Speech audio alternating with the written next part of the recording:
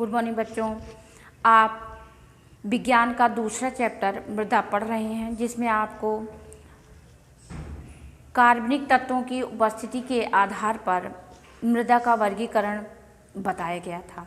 आज आपको बताया जाएगा कि संरचना के आधार पर जो मृदा है बच्चों, उसे कितने समूहों में वर्गीकृत किया गया है। तो मृदा मुख्यतः 3 भागों में वर्गीकृत की गई है: रेतीली मिट्टी, चिकनी मिट्टी और दोमट मिट्टी। रेतीली मिट्टी बच्चों, इसके जो टुकड़े होते हैं वो थोड़े बड़े होते हैं साइज़ में, और देखा जाता है कि यदि हम इसे हाथों से छुएं तो ये कुछ रूखे प्रतीत होते हैं, यानी इसमें जल की मात्रा बहुत कम होती है, नमी बहुत कम होती है। और चिकनी मिट्टी की, चूँकि इसका नाम ही है चिकनी मिट्टी, तो यह चिकनी होती है और इसमें जल की मात्रा होती है, यानी ये रूखी प्रतीत नहीं होती और इसमें नमी बनी रहती है। और चूँकि इन अच्छी मिट्टी यानी जो चिकनी मिट्टी है, इसमें वायु का स्थान बहुत कम होता है, तो इसलिए जब इसे हम खोदते हैं तो ये बहुत अधिक कठोर हो जाती है और खनिज पदार्थ अधिक होते हैं। यह मिट्टी पौधों की जड़ों के लिए अधिक वायु का जाल नहीं बना पाती। फिर बात आती है दोमट मिट्टी की।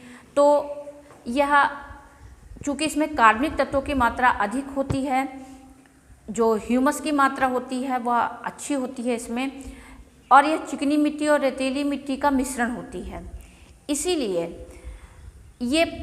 ये वाली मिट्टी यानी दोमट मिट्टी पौधों के विकास के लिए जो पानी संचय करने की क्षमता होती है वह इसमें पर्याप्त मात्रा में होती है। अतः ये पौधों के विकास के लिए बच्चों सबसे उपयुक्त मिट्टी मानी जाती है। और इसकी संरचना को अगर देखा जाए तो इसमें वायु और जल का स्थान होता है और इसमें जल की का जो बहाव होता है वह अधिक होता है। और मिट्टी में कौन कौन से अवयव पाए जाते हैं या कौन कौन से अवयव होने, एक अच्छी मिट्टी, अच्छे पौधे के विकास करने के लिए मिट्टी में कौन कौन से तत्व होने चाहिए। तो बच्चों, अच्छी मिट्टी में एक पौधे के विकसित होने के लिए खनिज पदार्थ, मृदा जल, कार्बनिक पदार्थ और कुछ खनिज तत्व होने चाहिए। अब खनिज पदार्थ में कौन से खनिज पदार्थ, तो बच्चों मिट्टी के जो टुकड़े होते हैं उनमें खनिजों का निर्माण होता है और इसी प्रकार विभिन्न आकार के टुकड़ों वाली मिट्टी में विभिन्न प्रकार के खनिज तत्व पाए जाते हैं। और बच्चों, जो मोटी रेतीले भाग वाली मिट्टी होती है वह थोड़ी ढीली होती है और इनमें जो मिट्टी के जो कण होते हैं उनके बीच में स्थान अधिक होता है। चूँकि स्थान अधिक होता है तो ये जल का अवशोषण अधिक करते हैं और जल के संग्रह करने की क्षमता कम होती है। जल का निकास रेतीले भागों के बीच स्थान के कारण होता है और ऐसे स्थानों में जल का बहाव नहीं होता। मिट्टी के पोषक पदार्थों की मात्रा भी कम होती है। इस प्रकार की मिट्टी में जल के रुकने की व्यवस्था नहीं होती और यही कारण है कि मृदा में अधिक वायु और कार्बन डाइऑक्साइड होती है। चिकनी मिट्टी ठोस होती है और क्योंकि इसके टुकड़े आकार में थोड़े छोटे होते हैं तो इसलिए ये आपस में बहुत अधिक मिले हुए होते हैं और मिले होने के कारण ही इसमें जो पानी है बच्चों वो नहीं के बराबर होता है और पौधों की जड़ों का फैलाव कम होता जाता है। जल की संग्रह की क्षमता भी चिकनी मिट्टी में अधिक होती है और वायु की प्रचुरता का वितरण और जल का जो निकास होता है वह भी सरल ढंग से हो जाता है। और मृदा में कार्बनिक पदार्थ पाए जाते हैं बच्चों। कार्बनिक पदार्थ में सबसे जो महत्वपूर्ण पदार्थ है वह है ह्यूमस, जो पौधों की वृद्धि और विकास के लिए बहुत आवश्यक है और जिसका निर्माण मृत और जीवित प्राणियों के मलमूत्र से होता है।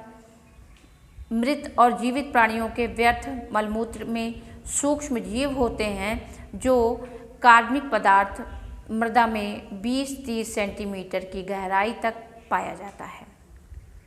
यह पौधों के विकास के लिए पोषक तत्व उपलब्ध कराता है। और इसके बाद बच्चों मिट्टी में पाई जाती है जल। जल का अब जल मिट्टी में कहाँ से आएगा? तो जल का मुख्य जो स्रोत है बच्चों वह है वर्षा, नदी, नहरें और अन्य माध्यम।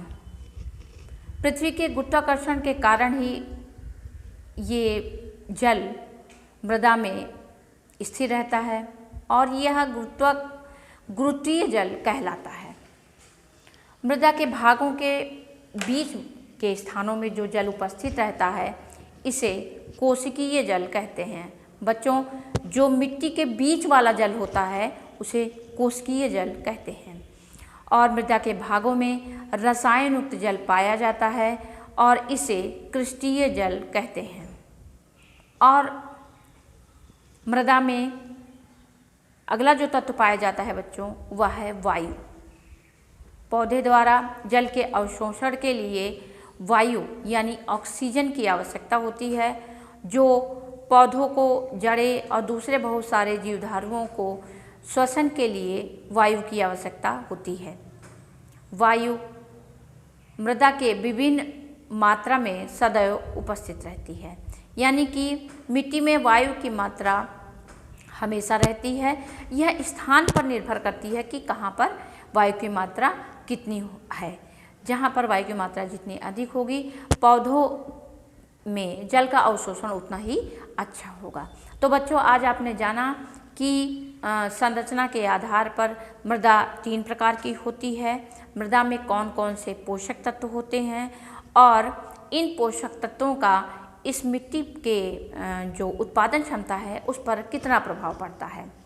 आगे आपको बच्चों आगे की चीज़ें आपको अगले वीडियो में बताई जाएंगी। आज के लिए बस इतना ही। Thank you.